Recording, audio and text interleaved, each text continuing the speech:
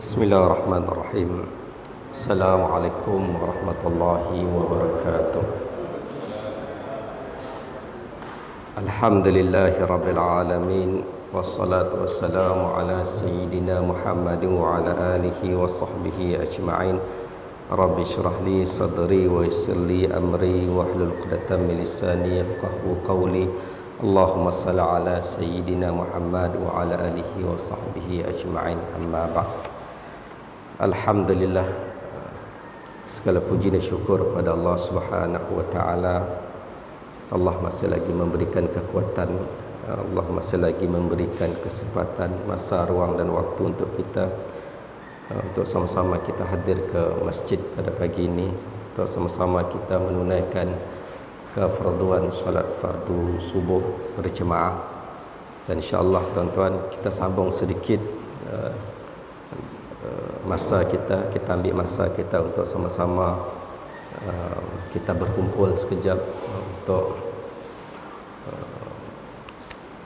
majlis ilmu. InsyaAllah kita perbincangan kita tuan-tuan masih lagi tentang bagaimana kita mengenali Rasulullah sallallahu alaihi wasallam. Sebelum ini tuan-tuan, kita dah cakap tentang sifat fizikal, ciri-ciri fizikal Rasulullah sallallahu alaihi wasallam, keadaan fizikal Nabi, ketinggian Nabi, rupa bentuk Nabi dan sebagainya, dan apa pengajaran fiqh yang boleh kita ambil daripada yang kita sebut sebelum tu tuan-tuan. Kita dah sebut sebelum tu bagaimana kita madah ketinggian Rasulullah sallallahu alaihi wasallam, ketinggian sederhana, warna kulit Nabi putih kemerah-merahan, rambut Nabi ikal beralun, kemudian badan Nabi, dada Nabi dengan perut Nabi adalah sejajar, wajah Nabi bundar, agak bundar, leher Nabi jinjang, dahi Nabi agak luas, dan sebagainya yang kita sebut sebelum tu tuan-tuan. Cumanya apa hukum bagi bila kita tahu tentang bagaimana wajah Nabi, ketinggian Nabi, rubah bentuk fizikal Nabi, adakah dibolehkan untuk kita nak melukis wajah dan susuk Nabi sallallahu alaihi wasallam ataupun melakonkannya, dilukiskan atau dilakonkan bila dah ada ciri-ciri disebutkan sebelum tu. Dalam hadis-hadis yang kita sentuh sebelum tu tuan-tuan, para sahabat Nabi yang melihat bagaimana rupa bentuk Nabi menceritakan dengan orang-orang selepasnya. Sahabat Nabi cerita sesama sendiri, lepas cerita lagi dengan orang selepasnya, para tabi'in cerita lagi dengan orang selepasnya, sehingga sampai kepada kita tuan-tuan. Tapi apakah hukum dan adakah keharusan, adakah harus untuk bila kita tahu macam ya bentuk dan rupa Nabi sallallahu alaihi wasallam, adakah harus untuk kita nak melukiskannya ataupun nak melakonkannya ataupun nak melakarkannya di atas kertas, sebagaimana yang kita lihat umat-umat sebelum tu kan, kaum Nasrani yang sehingga melukiskan wajah Nabi Isa, rupa bentuk Nabi Isa, sehingga dijadikan dalam bentuk yang sehingga boleh disembah dan sebagainya kan. Bila kita menjawab persoalan begitu tuan-tuan, fatwa-fatwa semasa, sama ada fatwa oleh para ulama kita dan fatwa oleh badan-badan rasmi dan sebagainya, sepakat bahawa menyatakan melarang untuk kita nak melukis gambar ataupun ciri-ciri fizikal Rasulullah, ya, maka dilarang untuk dilukis. Termasuklah nabi-nabi yang lain, bermula daripada Nabi Adam alaihissalam sampailah Nabi Muhammad, maka dilarang untuk kita nak melukis rupa bentuk fizikal Rasulullah. Termasuk juga tuan-tuan, larangan tersebut adalah kepada para sahabat Nabi dan ahli keluarga Nabi, sebab mereka merupakan orang-orang dekat dengan Nabi, ada kedudukannya sendiri dalam Islam, radhiyallahu anhum wa radu'an, kan, kedudukan para sahabat Nabi itu orang-orang yang diridai oleh Allah Subhanahu wa taala. Maka dilarang untuk tujuan apa sekalipun, walaupun niat tujuannya baik, niatnya baik, nak supaya orang dapat dilukiskan, dapat melihat contoh teladan daripada Rasulullah, maka tetap tidak boleh dilakukan dengan melukis, sama ada lukisan itu berbentuk kaku ataupun bentuk bergerak macam kini tu lah. Kita nak madah nak komputer dapat molah macam-macam, dia pulanya kartun dapat pergerakan dan sebagainya. Bila dilakukan sedemikian, tuan-tuan, ia akan menjatuhkan kemuliaan para rasul dan nabi. Risalah dibawa oleh setidaknya dan memalsukan terhadap apa yang digambarkan, yang mungkin, tuan-tuan, memang dapat digambarkan sepenuhnya bila dilukis. Walaupun disebut sifat fizikal Rasulullah dan hadis Nabi, tapi bila dilukis, bila dilakarkan, sama ada atas kertas ataupun dalam bentuk sistem pengkomputeran, bila seorang tu melukis, orang kedua akan melukis lagi, orang ketiga akan melukis lagi. So benda yang akan berubah mengikut fizikal, mengikut imajinasi seseorang, kan. Orang tu yang lebih kreatifnya akan mula macam tu, diubah sikit lagi, ya akhirnya, tuan-tuan, memalsukan apa yang disebut dalam hadis Nabi sallallahu alaihi wasallam, memalsukan apa yang disebut oleh para sahabat Nabi sallallahu alaihi wasallam. Maka dilarang, boleh, walaupun semahir mana pun seorang pelukis, tetap tidak akan mampu untuk melukis lakaran gambaran 100%, sebab nyesik nangga depan mata, kan. Yang kita melukis depan mata pun akan total sama sebagaimana fizikal orang tersebut. Apatah lagi orang yang tidak bersama depan kita, yang digambarkan susuk tubuh badannya, wajahnya dan sebagainya hanya berdasarkan pemikiran dan gambaran yang diriwayatkan oleh orang-orang terdahulu. Maka boleh melukiskan fizikal para nabi dan rasul, keluarga nabi dan para sahabat. Walaupun berlaku juga zaman tu, kan, kita nanggali di luar negara, sering berapa peristiwa berlaku yang orang-orang yang melukis ataupun lukisnya lebih kepada menghina Rasulullah, yang sehingga menjadi konflik dalam masyarakat, menjadi pergaduhan dan sebagainya, tuan-tuan. Maka Islam melarang, maka jangan cuba untuk diganggu kat larangan tersebut. Kemudian sama juga hukum melakonkannya, tuan-tuan. Melakonkan watak para nabi tu, haram. Sepakat fatwa para ulama pada hari ini menyatakan dilakonkan pun sama juga watak nabi, keluarga Nabi dan para sahabat. Sebab kita bimbang nya akan membawa kepada pemalsuan ataupun pengubahsuaian kepada watak-watak yang dilakonkan tersebut. Maka tidak dibolehkan. Yang pertama. Keduanya, tuan-tuan, hadis-hadis yang kita baca sebelum tu tentang sifat fizikal Rasulullah dan sebagainya, supaya kita menjaga kekemasan diri kita. Islam tu satu agama yang sangat mementingkan kebersihan dan kekemasan. An-nazafatul iman, ditekankan sangat-sangat supaya kita menjaga kebersihan, kita menjaga kekemasan diri, termasuklah bentuk fizikal kita. Hadis-hadis yang dikemukakan sebelum tu, tuan-tuan, menyatakan bahawa Nabi itu merupakan seorang yang berketerampilan menarik, seorang yang indah untuk dipandang, yang bila sahabat melihat Rasulullah tu, bila di tangga Nabi antara bulan purnama dengan wajah Nabi itu, maka lebih kacak, lebih indah, lebih bersinar wajah Rasulullah sallallahu alaihi wasallam. Maka seharusnya, tuan-tuan, menjadi ikutan kepada kita, walaupun bentuk fizikal memang kita siap ikut, kan. Wajah Nabi yang bundar kita siapa ikut, hidung mancung Nabi kita siapa nak ikut, gigi Nabi yang agak jarang, gigi depan Nabi jarang dan sebagainya. Benda-benda yang memang siap ikut. Ia memang lahirnya tabi'i untuk perkara-perkara tersebut. Tapi mungkin yang perlu kita ambil contoh teladan tuan-tuan adalah sudut kekemasan diri kita supaya sentiasa bersih, kan? Nabi SAW berpakaian dalam keadaan bersih dan indah, kemas dan elok untuk dipandang, bukan dalam keadaan selekeh. Apa target Rasulullah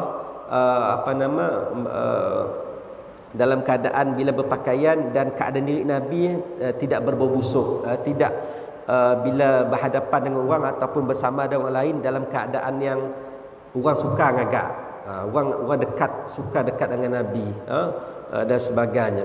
Sebab itu tuan-tuan, Rasulullah sangat menggalakkan untuk kita sentiasa dalam keadaan bersih, dalam keadaan yang suka didekati oleh orang lain. Sebab Nabi nyebutkan 10 perkara yang menjadi fitrah. Ada 10 perkara yang menjadi fitrah yang perlu kita amalkan dalam kehidupan seharian kita.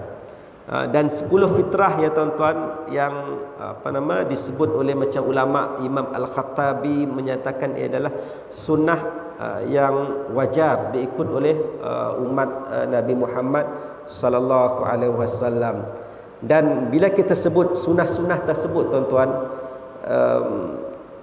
Rasulullah menekankan untuk kekemasan diri mengikut sunnah Nabi itu yang kita akan sebut selepas tu, kekerapan waktunya untuk kita nak melakukannya dan sekurang-kurangnya dalam 40 hari.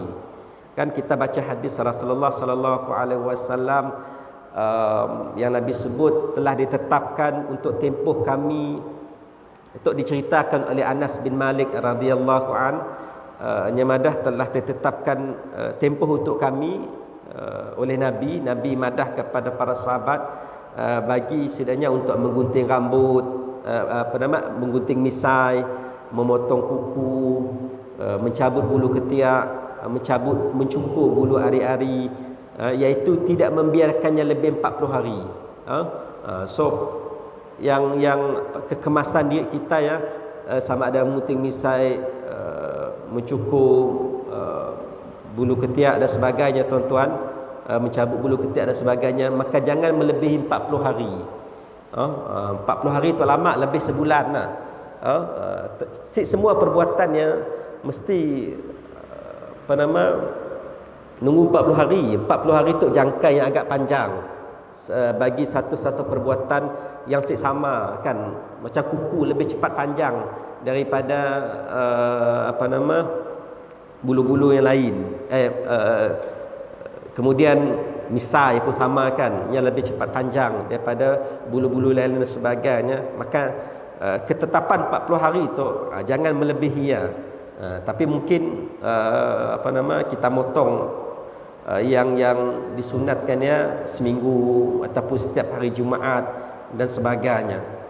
Sebab itu 10 yang menjadi fitrah tadi yang disebut dalam hadis Nabi ialah telah ditetapkan untuk kami oleh Rasulullah yang 10 perkara tadi tuan-tuan. Pertamanya menggunting misai. Sunat tuan-tuan, kita menipiskan misai. Misai itu sepatutnya bukan dibiarkan dalam keadaan yang panjang dan kinetok macam-macam nak ada. Mula misai bergolong-golong misainya. Dia pula fashion, dia pula kelab lagi, dia pula persatuan kelab misai dan sebagainya, kan. Sedangkan sunnah mengajar kita bahawa misai itu jangan dibiar panjang, maka dinipiskan, dinipis ataupun digunting misai tersebut supaya dalam keadaan nipis. Bahkan kadang kita nanggado menginang misai sampai melebihi daripada mulut. Sebenarnya nak makan, berselak lagi, terpaksa berselak lagi, nak makan dan sebagainya. Maka untuk misai tuan-tuan, maka disunatkan untuk kita menggunting ataupun menipiskan misai tersebut. Yang keduanya membiarkan janggut, menjadi sunnah sebenarnya untuk janggut tu dibiarkan, tapi dalam keadaan yang kemas kan, kemas dan teratur. Dalam satu hadis disebut, benar kalau diri kamu beza kalau diri kamu dengan orang-orang musyrikin dua perkara, kata Nabi: memelihara janggut dan mencukur misai. Misai dinipiskan ataupun dicukurkan, tapi janggut dibiarkan panjang. Panjang tu bukan maksudnya panjang sampai tidak terurus kan. Disebut sekadar segenggam tangan panjangnya kan. Kata Qadhi Al-Iyad, katanya makruh bagi seseorang mencukur janggut, mengguntingnya atau memendeknya serta meratakannya, tetapi jika diuruskan supaya jangan terlalu panjang ataupun lebat adalah tidak mengapa, dan demikian itu adalah bagus. Maknanya memelihara janggut tu adalah satu daripada sunnah Nabi yang tapi kalau dipelihara tuan-tuan, kita nginang janggutnya, maka hendaklah diurus dengan rapi, jangan dibiarkan berselerak sampai sektor urus upah dirinya dan sebagainya. Ketiganya bersiwak, bersugi, kata kita kan, bersugi, bersiwak. Kan ada hadis Rasulullah menyebut, kalau tidak memberatkan umatku, nescaya aku akan perintahkan mereka untuk bersiwak setiap kali hendak salat. Tapi seruan itu bukan seruan wajib, tapi sunat. Sunat, apatah lagi orang yang solat berjemaah, solat berjemaah yang hadir ke Masjid Surau, maka lebih lagi sebenarnya tuan-tuan untuknya memelihara mulutnya daripada berbau busuk dan sebagainya. Apatah lagi kita lepas makan benda-benda yang bau nak, makan jering, makan petai, yang memang mengeluarkan bau yang tidak sedap. Kalau kita bersama dengan lain, mungkin di situ kita bercakap, kita berbicara dengan orang akan mengeluarkan bau yang tidak sedap, maka baiknya tuan-tuan untuk kita bersiwak atau membersihkan gigi kita ataupun bus gigi. Tapi adakah bus gigi tuan-tuan sama dengan bersiwak? Sama sih, bus gigi dengan bersiwak.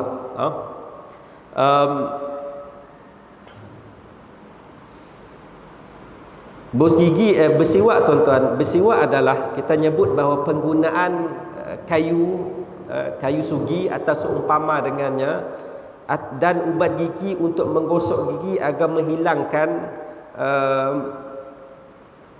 bau dan warna gigi yang bukan warna kuning dan sebagainya, dan seumpama dengannya disusuli dengan niat kerana Allah. Maknanya perbuatan kita siwak tu adalah perbuatan penggunaan kayu sugi atau seumpama dengannya. Kalau kita ada seumpama dengannya, termasuklah bila kita sebut kayu sugi tu yang bersifat kesat. Yang kesat, termasuklah bus gigi itu bersifat kesat pun termasuk dalam pengertian siwak kan.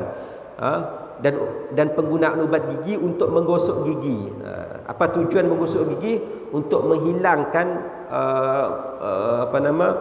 bau dan warna kotoran dan sebagainya, dan seumpama dengannya, dan disusuli dengan niat kerana Allah Subhanahu wa taala. Dan penggunaan bus gigi tuan-tuan adalah sama fungsi dengan kayu siwak. Kalau kita nanggap kayu siwak ya, kayu sama ada daripada akar pokok ara dan sebagainya, fungsinya adalah sama kayu siwak tu dengan bus gigi. Ia bersifat kesat dan boleh membersihkan gigi kita. Boleh membersihkan gigi kita, menghilangkan bau dan menghilangkan kotoran dan sebagainya.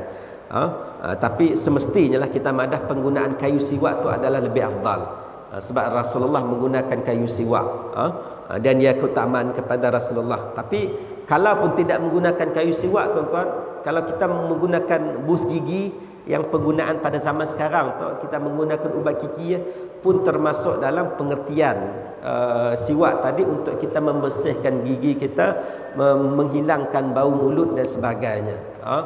Cuma penggunaan kayu siwak tadi adalah lebih afdal.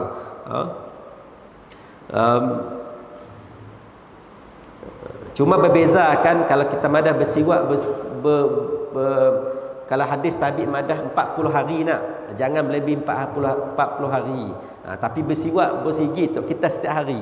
Bahkan Nabi seru supaya setiap kali solat, setiap kali nak sembahyang membersihkan gigi kan. Supaya menghilangkan bau busuk dan sebagainya ketika kita menghadap Allah Subhanahu wa taala dan kita berjumpa dengan manusia yang lain. Kemudian keempatnya menyedut air ke dalam hidung. Termasuk dalam perbuatan sunat dalam wuduk adalah memasukkan air ke dalam hidung dan mengeluarkannya kan.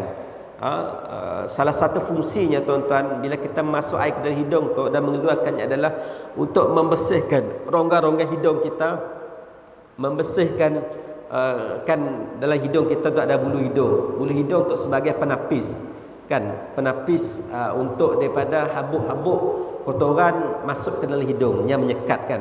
Jadi sebab ada tak hidung lah. Tak hidung tu sebenarnya hasil daripada tapisan dalam hidung kita. So salah satu kaedahnya untuk membersihkannya adalah menyedut, memasukkan air ke dalam hidung dan mengeluarkannya. Apatah lagi dalam wuduk lah, disunatkan untuk kita masuk air ke dalam hidung dan mengeluarkannya. Kelimanya memotong kuku tuan-tuan.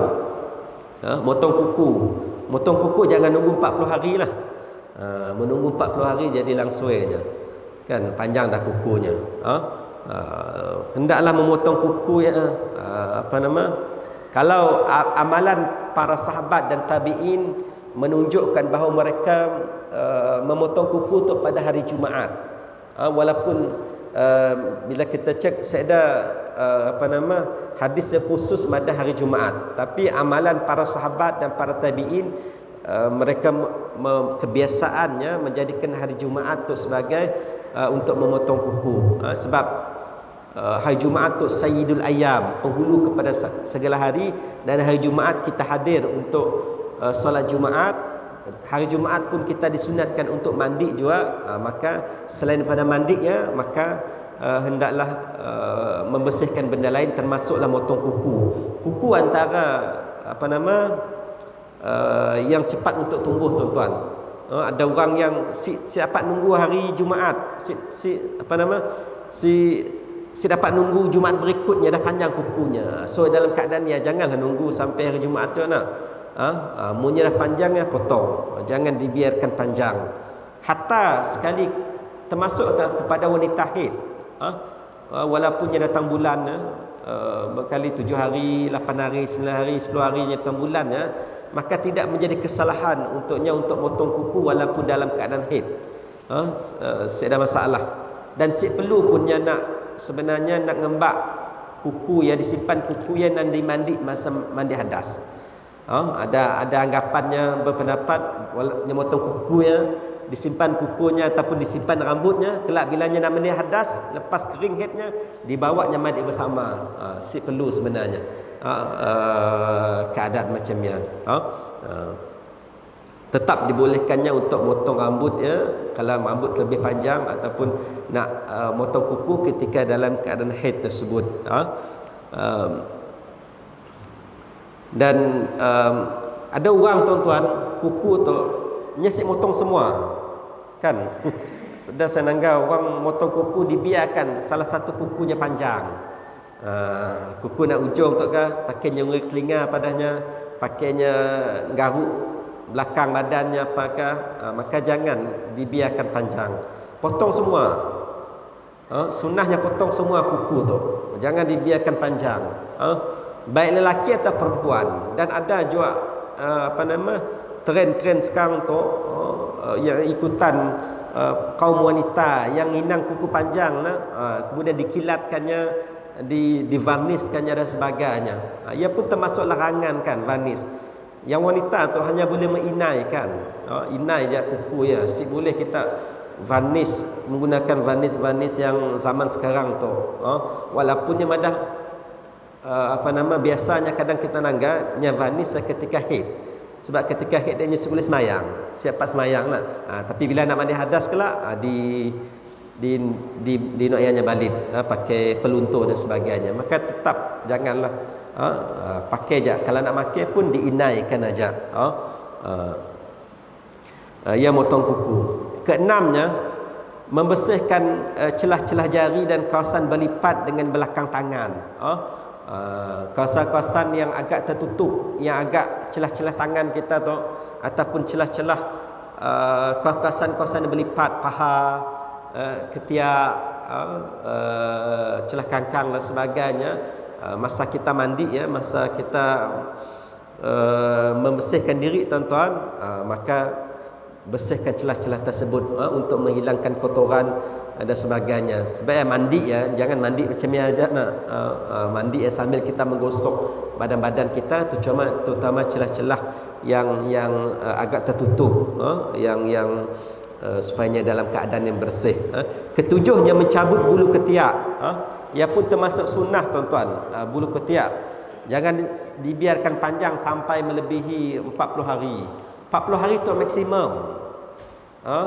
Mudah lebih 40 hari si dicukur si dicabut bulu ketiak ya. Jadi si bagus kan. Apatagi dalam keadaan berpeluh, mengeluarkan bau yang tidak sedap dan sebagainya. Maka bulu ketiak tu hendaklah dicabut ataupun dipotong, ataupun lebih mudah kena untuk dicukur lah, supaya pendek. Jangan dibiarkan panjang. Sama ada lelaki atau perempuan. Lelaki pun sama, termasuk bulu ketiak tu, maka dicabut bulu ketiak tersebut. Jangan sampai keluar daripada lengan baju. Makailah baju pendek nak, sampai keluar lengan baju bulu ketiaknya. Untuk ada trend terbaru, bulu ketiak panjang. Ke-8, mencukur bulu kemaluan, bulu ari-ari. Itu pun termasuk sunnah. Jangan lebih 40 harinya panjang. 40 hari maksimum, tapi kita anggaran kita mampulah. Ada orang cepat panjang dan sebagainya, maka sentiasa dicukur bulu kemaluan ataupun bulu ari-ari supaya tidak panjang. Jangannya jadi hutan darah nak. Lah berselak kita. Berselak cari. Si nampak. Sama ada nak, bila kita kencing dan sebagainya takut terkena dan sebagainya. So biar jangan dibiarkan panjang, jadi hutan darahnya. Ke-9, istinja. Istinja tu nya bukan sekadar sunnah yang kita faham adalah sunnah yang sunat, tapi istinja tu adalah sunnah yang memang wajib untuk kita lakukan, kan? Istinja adalah perbuatan kita tuan-tuan membersihkan kemaluan depan dan kemaluan belakang, kubul dan dubur. Dua-duanya wajib diistinjakan. Sama ada ketika buang air kecil ataupun buang air besar, yang wajib kita istinjakan. Sama ada istinja tu menggunakan air ataupun menggunakan benda-benda kesat. Sama ada kesat tisu kering, batu, daun, ranting kayu dan sebagainya. Kalau kita diberi pilihan sama ada menggunakan air ataupun benda kesat, maka afdalnya menggunakan air. Sebab air tu boleh menghilangkan, mengalirkan najis tersebut, menghilangkan lebih lagi najis tersebut. Tapi kalau nak menggunakan kedua-duanya, contoh kita buang air kecil atau buang air besar ya, nak menggunakan dua-duanya, pertamanya guna benda kesat dulu, bersihkan atau buang najis yang menggunakan benda kesat dulu, tisu kering kan. Lepas saya bawa kita alirkan air pada kemaluan kita untuk membersihkan najis kita. Dua-dua wajib, kubul dan dubur. Ketika kencing pun wajib istinja. Kadang-kadang kita melihat ada orang yang kemih, terutama lelaki nak, yang kemih ajak dipancarnya ajak tanpa dibersihkan. Kita kalau pergi tandas awam, ada nak tandas awam lelaki ya. Ni ada di dinding ya, tempat kemih berdiri ya nak. Lelaki aja ada, perempuan saya dah lah. Kan perempuan saya dapat. Lelaki je ada. Tempat kemih berdiri ya. Sedaya mungkin tuan-tuan jangan kemih sia. Jangan. Sebab kalau kita kemih di sia, yang pertamanya dah menyalahi sunnah kemih dalam keadaan berdiri. Nah, sedangkan kita disunahkan untuk kemih kencing untuk dalam keadaan duduk. Duduk, mencangkung, duduk. Keduanya, bila kita kencing dekat dinding yang ada tempat kencing ya, berdiri ya, nyesek dah air nak yang nak, nyesek dah paip. Yang ada air yang sikit-sikit ya mengalir ya. Saya rasa yang untuk mengalirkan membersihkan mengalirkan air kencing kita. Kecuali kita ada ngembak nak yang lah, ngembak benda kesat tisu dan sebagainya kan. Ketiganya tuan-tuan, bila kencing di sia, nya bukan ada berpintu apa indah nak. So menyebabkan buka seluar dan sebagainya, takut terlihat aurat kita depan orang dan sebagainya. So sudah mungkin untuk kita elakkan kencing dalam tandas yang tertutup kan, ataupun tempat-tempat yang tidak dilihat oleh orang lain. Jangan ambil jalan mudah. Kencing kan, bila kita ada hadis Nabi menyebut Nabi lalu di dua buah kubur tuan-tuan, dan Nabi dengar orang dalam kubur tersebut yang sedang disiksa. Yang antara sebabnya adalah kencingnya tidak dibersihkan. Lalu Nabi ambil pelepah tamar dan Nabi cucuk pada kubur tersebut. Selagi pelepah tamar yang masih hijau, selagi ianya mendoakan orangnya dalam kubur tersebut. Mana termasuk orang yang disiksa dalam kubur adalah orang yang tidak istinja dengan betul ketika kencing ataupun buang air besar. Dan tidak boleh beristinja dengan benda-benda yang dimuliakan. Contoh macam tulang. Kadang kita perjalanan jauh, sama kita pergi dari Bintulu tu nak ke Miri ya, nak sarat nak kencing, nak berhenti tepi jalan. Berhenti tepi jalannya, seada jamban dan sebagainya, maka carilah tempat-tempat kalau tepi jalan sekalipun, cari kawasan ke bawah, ke dalam sikit supaya tidak dilihat oleh orang kan. So dalam keadaan ni tuan-tuan nak istinja, seada air, ada pun air lain, nak air bateri, yang punya dipakailah air bateri dan sebagainya. Boleh kita istinja air tu air mutlak. Dapat kita istinja menggunakan air-air yang makanan dimuliakan. Dalam kereta ada air cola, lalu kita istinja bersihkan kemaluan kita dengan air cola itu. Boleh beristinja dengan makanan atau benda kesat lain, roti. Dalam kereta kita ada roti, lalu dipalitnya dengan roti. Bertambah perisanya, lupa-lupa lalu diungkahlah mulut. Ataupun dengan tulang. Dalam kereta tak makan ayam goreng, manuk goreng nak. Tulangnya boleh digunakan untuk istinja, mencalit najis pada kemaluan kita. Sebab tulang tu kita makan tulang lah. Tapi ada makhluk Allah yang lain makan tulang, iaitu jin. Jin makan tulang.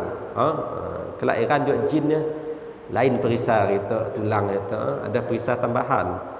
So jangan benda makanan boleh kita gunakan untuk beristinja. Dari sudut istinja, maknanya dua-dua wajib diistinja kita, kemaluan depan dan kemaluan belakang. Ajar anak-anak kita daripada kecil, anak-anak kita tuan-tuan, kalanya kemih ya, kencingnya, maka istinjakan kemaluannya ataupun bersih. Kita istinja untuk membersihkan kemaluan kita dengan air mutlak ataupun benda-benda kesat. Kalau seada air, maka guna benda-benda kesat. Kadang ada juga kita nangga tandas kena untuk seada air. Nah, seada pilih paip. Nya ada air tapi untuk flush saja. Supaya kadang kena waspada juga bekal tisu kering lah. Benda kesat yang boleh digunakan untuk istinja.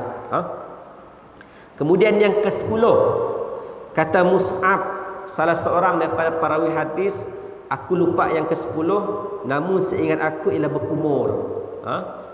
Sunnah 10 fitrah sunnah yang ke-10 adalah, kata Mus'ab, nya lupa tapi seingatnya adalah berkumur. Berkumur tu kalau dalam wuduk pun sama kan, kita disunatkan untuk berkumur, membersihkan mulut kita daripada kotoran ataupun daripada sisa-sisa makanan ataupun bau-bau yang tidak menyedarkan dan sebagainya. Maka menjadi sunnah juga untuk kita sentiasa berkumur untuk membersihkan mulut kita. Terutama kalau kita nak solat sebenarnya kalau kita siap bersigi atau bersiwak sebelum solat ya, maka sekurang-kurangnya berkumurlah. Berkumur supaya apa-apa jua yang melekat dalam celah gigi kita dan sebagainya dapat dibersihkan. Kadang mesti dibersihkan tuan-tuan si berkumur. Mungkin kita kat makannya, kadang kan bila dalam sembahyangnya terasa. Lidah tu pandai main celah gigi merasa makanan. Mun kat makan ayam goreng ke apa terasa je nak. So benar-benar cuba untuk kita elakkan daripada berlaku, terutama ketika menunaikan solat ataupun ibadah kita. So 10 fitrah sunnah tuan-tuan yang kita menjadi amalan kita yang perlu kita lakukan untuk menjaga kekemasan diri kita, menjaga kebersihan diri kita sebagaimana yang Nabi lakukan.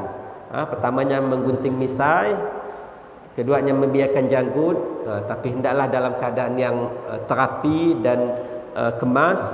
Ketiganya bersiwak, bersugi ataupun bus gigi. Keempatnya menyedut air ke dalam hidung, memasukkan air ke hidung dan mengeluarkannya. Kelimanya memotong kuku.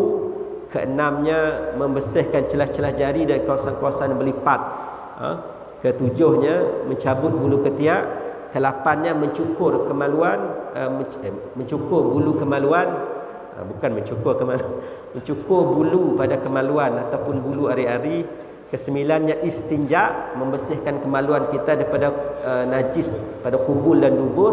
Dan kesepuluhnya adalah berkumur. Mudahan kita mengamalkan sunnah ya, dengan niat kerana Allah, nak ikut sunnah Nabi, kita dapat pahala dan dapat membersihkan diri kita, dapat menjadikan kita orang yang sentiasa dalam keadaan yang tersusun, teratur, kemas sebagaimana ditunjukkan oleh Rasulullah sallallahu alaihi wasallam. Jadi saya rasa itu saja tuan-tuan untuk pagi ini. Mudah-mudahan pertemuan kita ada manfaatnya. Mudahan kita menjadi orang-orang yang sentiasa memperbaiki diri kita, sentiasa untuk sedaya mungkin untuk ikut sunnah Nabi. Dah ikut sebenarnya kan sunnah-sunnah tu, cuma kadang-kadang kita mulah tapi saya dah niat. Pastikan bila kita mulah niat kerana lillahi ta'ala, kerana Allah, nak ikut sunnah Nabi SAW, barunya dikira sebagai ibadah dan ikut sunnah Nabi SAW. Jadi setakat itu sahaja. Wallahu alam. Assalamualaikum warahmatullahi wabarakatuh.